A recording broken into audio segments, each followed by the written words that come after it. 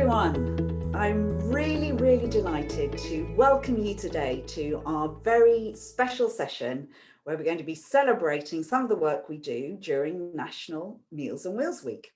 I'm Sarah and I'm Chief Executive at HILS and very honoured to have that role. Now, National Meals on Wheels Week is obviously a celebration across the whole of the country, but very sadly, many parts of the country no longer have a Meals on Wheels service. We are so fortunate in Hertfordshire that we are able to now be proud to demonstrate the largest Meals on Wheels service in the whole of the country. But as I say, in other places, that service no longer exists. And because of that, there are rising levels of malnutrition amongst older and vulnerable people who need services like ours. But in Hertfordshire, again, we are very fortunate because of the support of the County Council, Public Health and other partners to be able to offer far more than a meals service. We can actually provide additional support to people to make sure that not only are they getting good meals, but they're getting a whole range of other services to really help support them. Now, one of those services that we're going to be looking at today is all about nutrition support. There are thousands of older people who live in their homes in the community in Hertfordshire, but there are 8,000 older people who live in care homes, and that is their home. And it is just as important that they have good nutrition, lovely food to eat, and that they are supported in the same way as people who are still living in our community. So we have an amazing service that we deliver in collaboration across sectors with colleagues from health and the VCSE as well. And we have a team here to tell you about it today. So to tell you about the wonderful nutrition awareness service, I would like to introduce my colleagues Sim and Kulsum to tell us more about their work.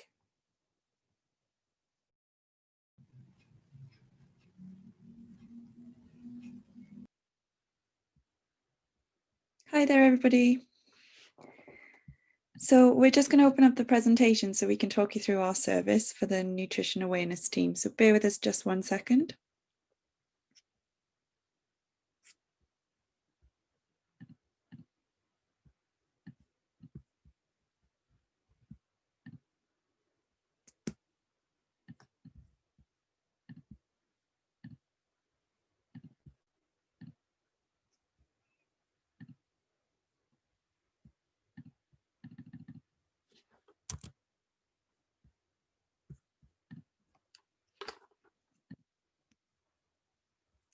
So I'd like to introduce myself first. My name is Simone Roberts and I am Senior Community Dietitian here at HILS. And I'd like to invite my colleague Kulsum to introduce herself. Hi, my name's Kulsum. I'm a Senior Nutrition and Wellbeing Visitor here at HILS. And together we make up part of the nutrition awareness service, but we're not the whole part of the team. We are very fortunate that we have other colleagues as well that support us to run this service, which helps those care homes in West Hertfordshire. Now, the service is a collaboration, just as Sarah said at the beginning. So we are subcontracted by our partners in Herts Community Trust, and we come under the Herts Valley CCG. I think it's always really important when you talk about a service to start with an elevator pitch that tells you a little bit about what we do, but in a very short snapshot. So our service provides a bespoke training service based on the nutritional understanding and needs of each individual care home. We screen them for their knowledge and implementation of that training, and we reward their achievements with accreditations. So what that really means in a nutshell is that we support each care home as an individual. So we give them an opportunity to have bespoke training that's for their needs and for the needs of their residents. And we think that's really important. But one of the other things that's really important is that we reward their achievements with accreditations. And Kulsum's going to tell you a bit more about that shortly.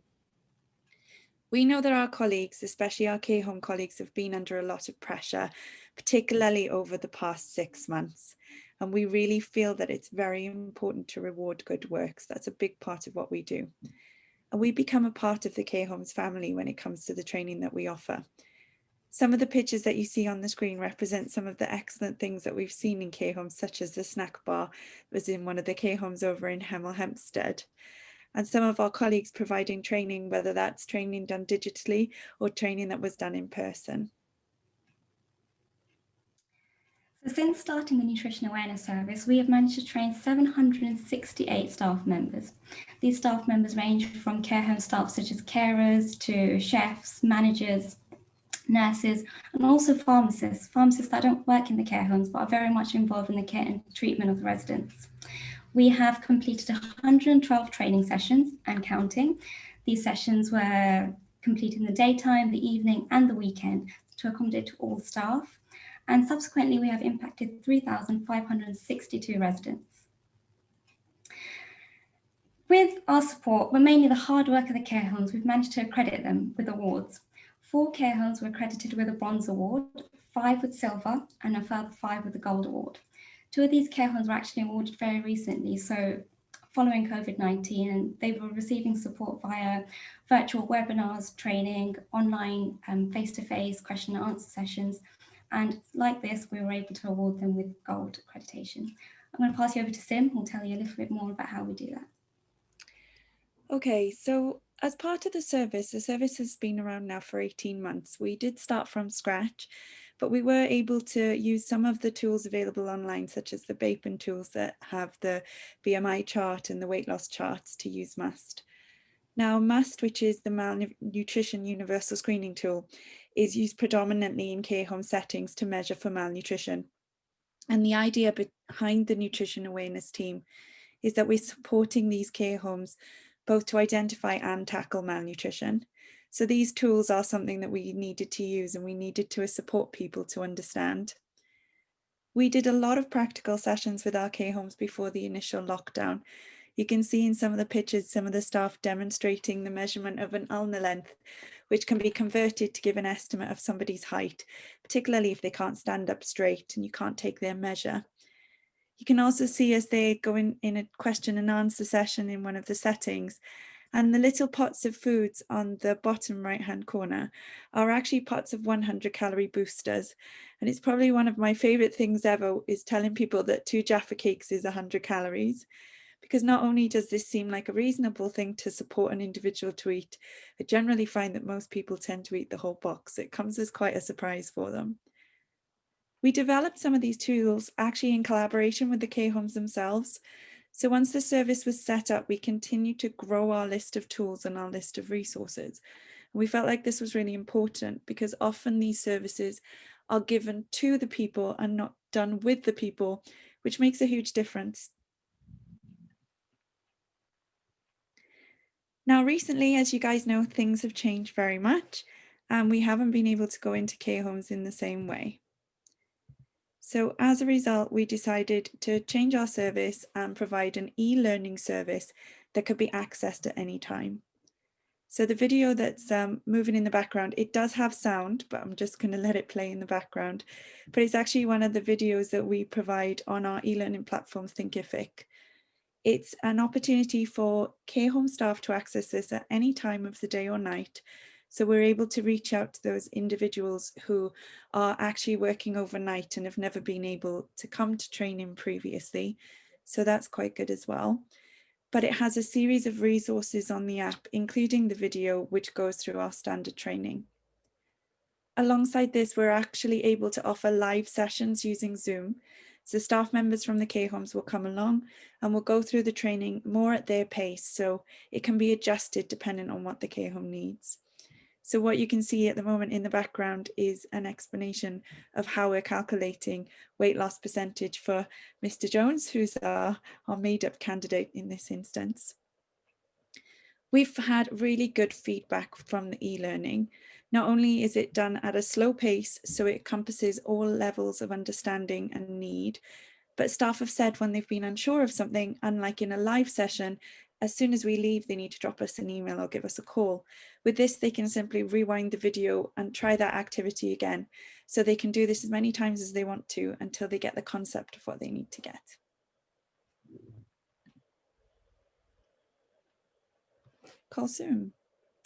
So as I mentioned, our service started quite early last year, And to celebrate this, we at HILS hosted a launch day. So this was an opportunity for care homes to come along, to meet the whole nutrition awareness team and just find out more about what we do. On this day also, we were able to give out some of our first accreditations. So on the top left there, you can see that's Grace and Muriel receiving their accreditation from Sarah. So also, as Sim mentioned, we like to work really closely with the care homes, and we've been working closely with staff and residents to create bespoke training tools to help them tackle malnutrition. So some of the tools we created include food and fluid charts, recipes, upscale recipes, and training videos. And all of these resources and tools, they can be found online. It's easy to access, and this is part of our aim to make a wider impact across Hertfordshire. Unfortunately, due to the coronavirus, we haven't been able to give face-to-face support to care homes, but as Sim mentioned, we are still supporting them the best way we can. We've been working in partnership with the NHS Dietetic Service to create resources to help them through this difficult time. One very popular resource we created is here on the screen, which is the Nourishing Fluids recipe. Willow House, one of our accredited care homes, took this Nourishing Fluids recipe and had what they called a milkshake party. They sent us these lovely pictures on the screen of the residents dressing up, taking part, and just enjoying themselves, enjoying their drinks. We're so honoured just to have been part of the inspiration behind this. You can see a video as well on the screen, so I refer to training videos. So that's myself there making up some lovely milkshakes, and it's just an opportunity for carers just to come in anytime just to see how to do it and just to help their residents, and even the residents can view these, so it's easy for them to make, easy for them to follow.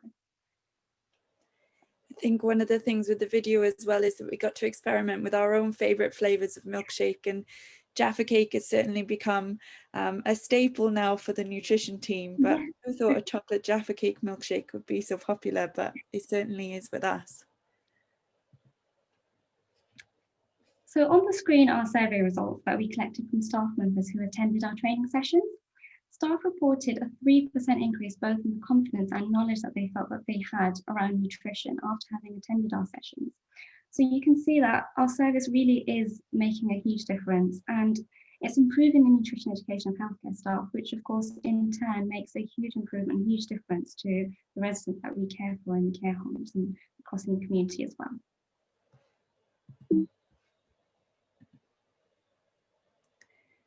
So looking at the changes for challenges, so moving into the future, we want to continue developing the nutrition awareness team and working not just with our care homes, but widening this broader into the community as well. The idea behind the nutrition awareness team is to make a wide impact on malnutrition across the entirety of Hertfordshire and hopefully beyond in the future. So as well as the current e-learning modules which are already live, which at the moment is Food First and the Malnutrition Universal Screening Tool, we're developing in the background e-learning modules around hydration and dysphagia. And the most important part of that dysphagia e-learning module is we're going to be doing demonstrations of how you can actually make the food look good, and also how you can soak products to make them suitable for people who need texture modified foods. And we're very fortunate that we get to work with a fantastic catering manager who is doing this already, who's able to show us and show our colleagues how we can do this well. We're also looking at developing specific e-learning modules to support learning disability care homes in partnership with the Learning Disability Nursing team here in Hertfordshire.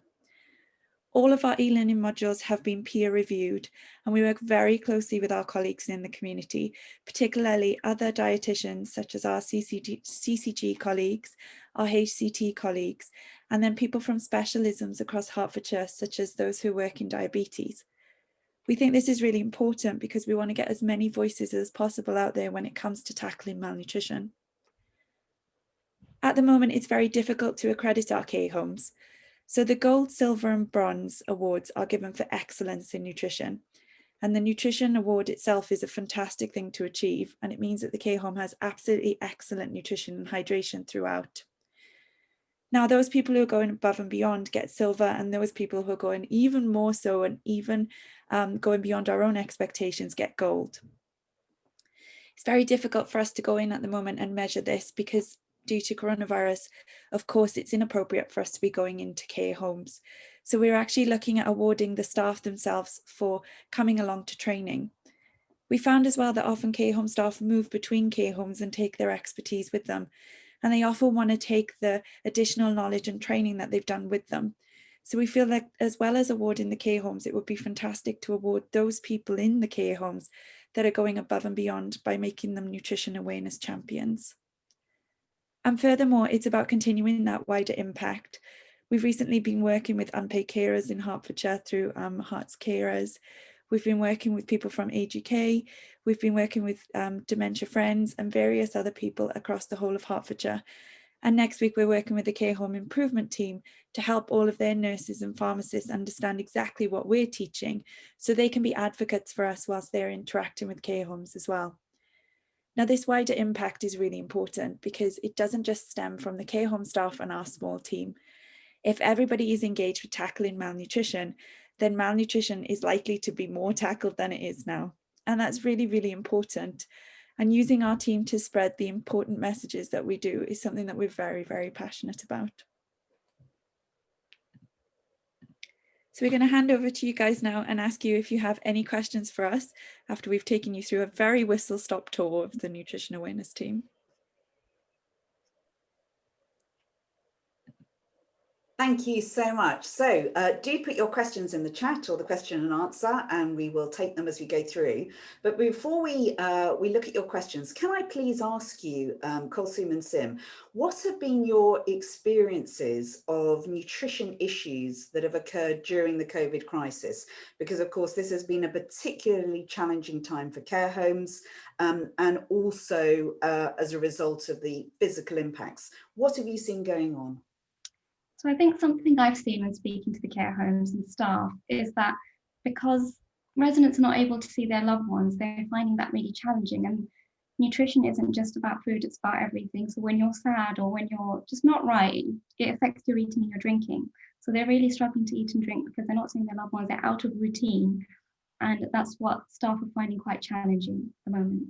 I mean, I don't know, Sim, have you spoken to anyone, come across anything? I would completely agree with that. I think the change in routine has been very challenging, but also care home staff are under more pressure than ever. I was very, very lucky recently that I got to speak to one of our care home staff, and she said that at the moment their daughter, son, grandchildren, entertainers, as well as carers, and all the normal work that they do regularly. So they're often finding that they relied on people coming in order to support the individuals within the care home. Now that that's stopped, they are very stretched, but they are determined that food is very important, as is hydration. But things do slip through the net, particularly when your workload goes up. So they are looking for practical solutions and what they can do. So that's some of the work we've been doing as well recently. Brilliant. And it was absolutely excellent to see those amazing milkshakes. I'm a perfect, a personal fan of milkshakes. So it was brilliant to see those recipes, and I can't wait to try the ones with the Jaffa cakes. But why is there such an emphasis on food? Why is that so important to our work? So traditionally, when an individual was at risk of malnutrition, they would be prescribed with oral nutritional supplements. And now I don't know if any of our participants know what these are. So very briefly, these are bottles or sachets that can be mixed with milk. The bottles come pre-prepared, that are prescribed by a GP or a dietitian when an individual is at risk of losing weight. Now, the problem with oral nutritional supplements is that they don't always work. They don't always taste great. And they're very, very expensive. You can't really do anything with them once you have them either.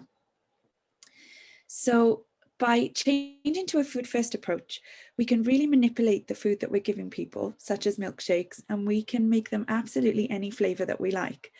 This way we can do an individual approach, we can have fun with them, and we stop food being medicated. And I think that's one of the saddest parts when you use supplements for such a long time. Food becomes medicated, your food comes on a prescription. It doesn't always suit everybody, and it's not an ideal way to support people. Food is at the heart of everything we do. I don't think anyone will deny that. We love food. I love food. I love eating. I love eating with people. I love cooking. Basically just love food.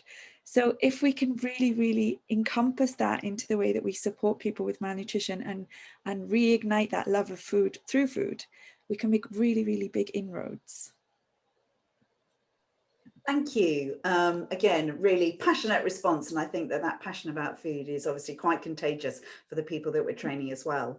We just had a question about whether or not we've seen increased malnutrition during the crisis and whether we've seen more problems within care homes as a result of the crisis. Qasim, do you want to take that one? Yep, so we have actually had reports that unfortunately, because of the crisis, the current pandemic, people have struggled and people have lost weight. And again, that's part of something we're trying to do, is create resources, try and help treat that, try and help prevent that as much as we can. As you might know, we also work in the community as well. We've seen a large number of people in the community losing weight as well, and that's mainly because of a lack of support. But in the care homes, they have great support from the staff and the managers, and there are still people like us, other organisations, still phoning in, providing the best support we can. So although it has been reported, it's not as, well, I'd like to think it's not as much. And just to add to that as well, we get quite a lot of emails and questions around people who particularly have active coronavirus or have just come out the other side.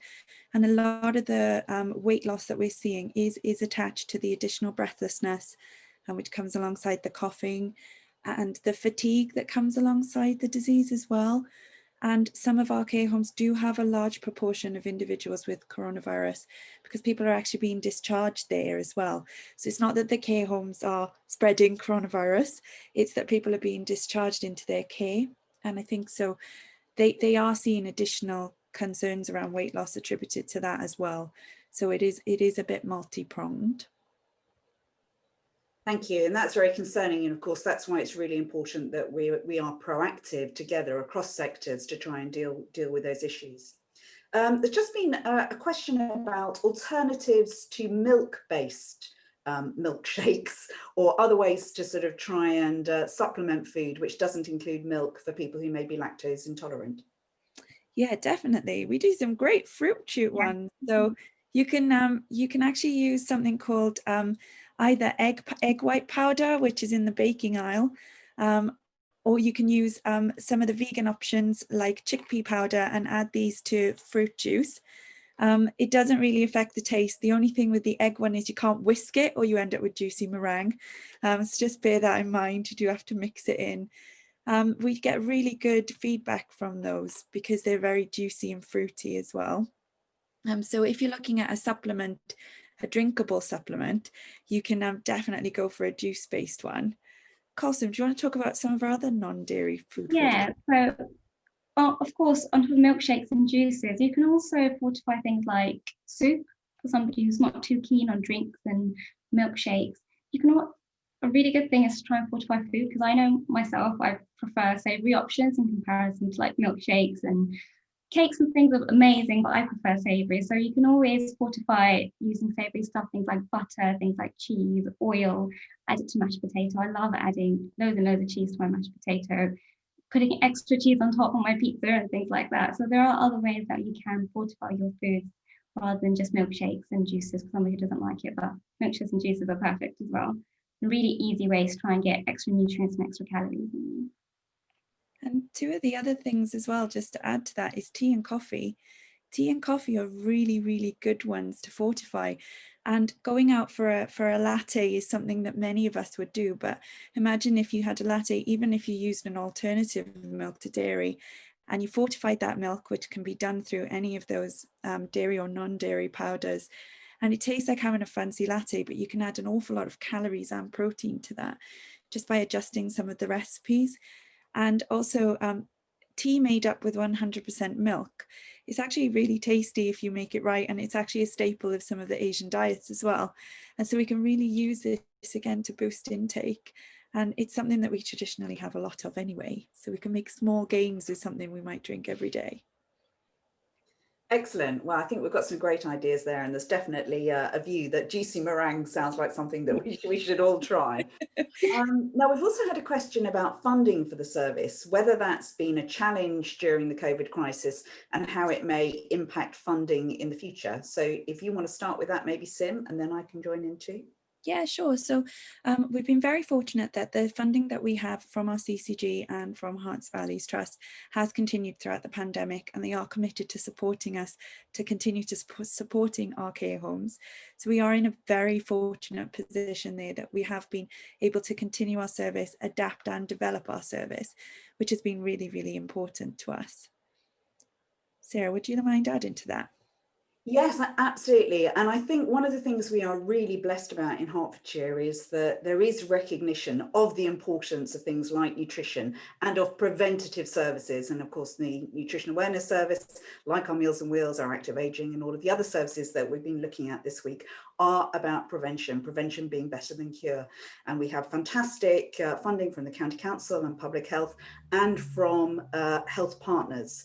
But I think longer term, with the new integrated care system that we're talking about, everyone working together far more closely, it's going to be really important that everyone, health included, really positively impacts these services and make sure that money can stay there for them.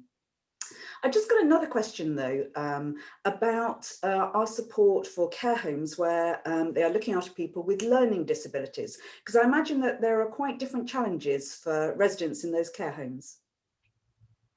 Yeah, so we do face different challenges for residents in those care homes where we are focusing on malnutrition and weight loss, but in specific care homes, you might have the complete opposite where you're more tackling somebody who's malnourished, but looking more at people who might be considered overnourished rather than undernourished. So we are looking to create resources and training packs to help support those care homes. And I think part of that is working with the learning disability nurses in the community as well. We know traditional nutritional issues when it comes to learning disabilities. However, they know the residents. And I think that's what's really important, is that collaboration with the learning disability nurses means that we can really hone in on where they need the best support. And of course, there is more of a one-to-one support there as well. So some of the resources that we're working together is to actually support the individuals themselves, so that they are empowered to actually help themselves, which is a slightly different way of working than in some of our very large older persons care homes that might have 170 residents, I think somebody has, where we're sort of doing more of a whole care home approach.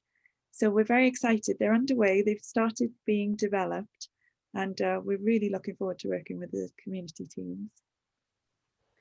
It's brilliant to hear those examples of working together and how collaboration really makes things better.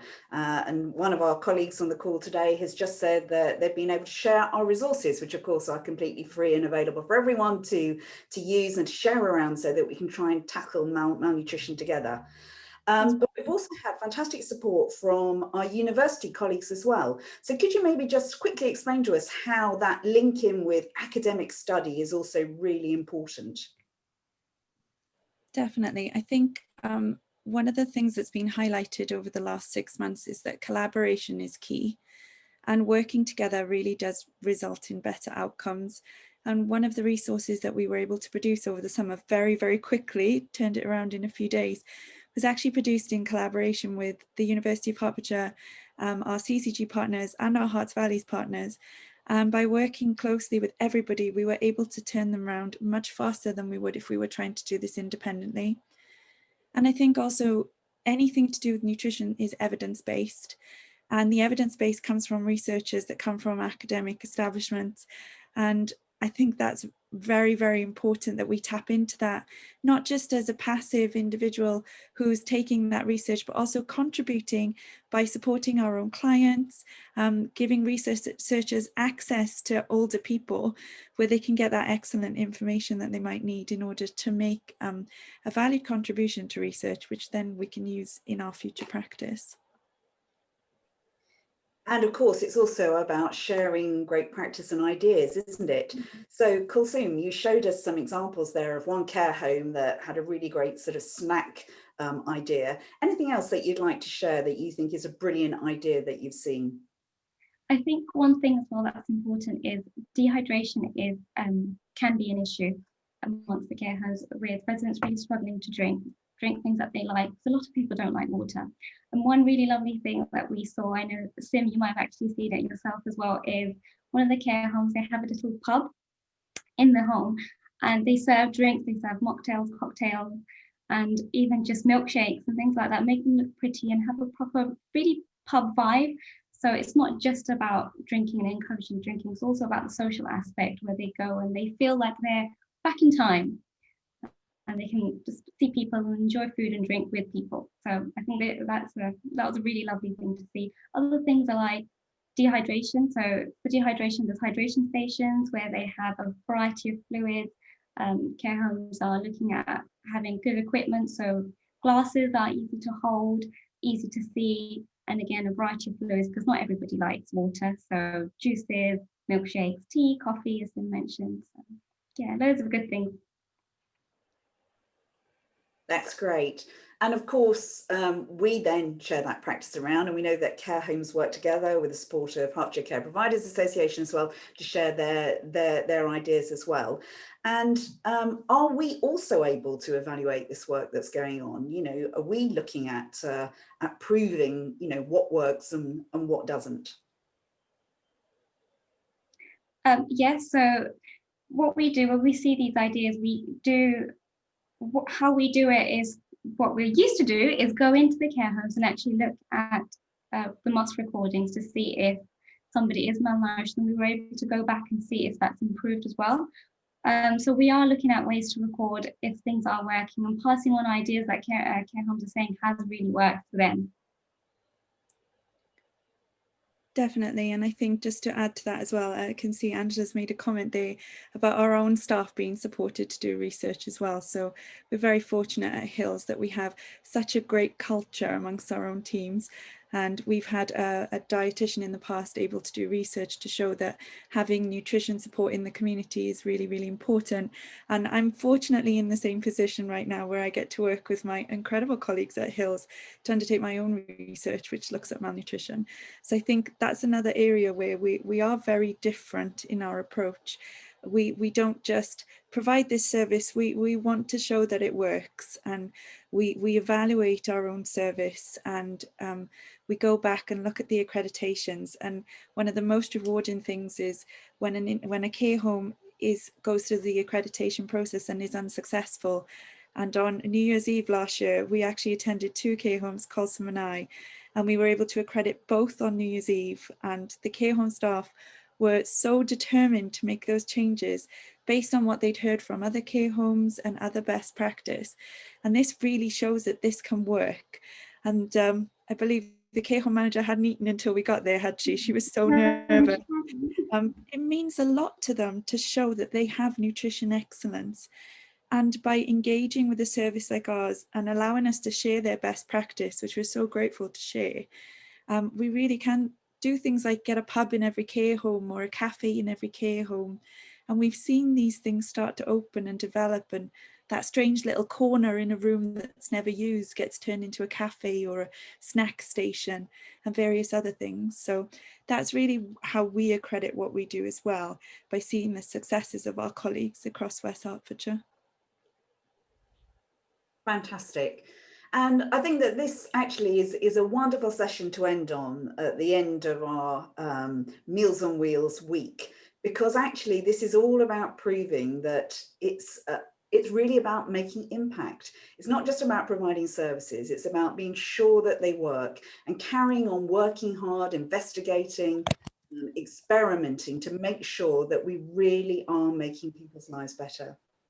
So I hope that with me today, you have had just as much excitement listening to our amazing colleagues share their work. You know, food is an exciting thing, and in very difficult times, it is more important than ever. It's important for health, but it's also important for well-being. So let's carry on enjoying food together. Thank you, our wonderful colleagues and partners who have joined us on the call today. And together we will make sure that we improve the nutrition of people across Hertfordshire and beyond. Thank you, everyone, and take care.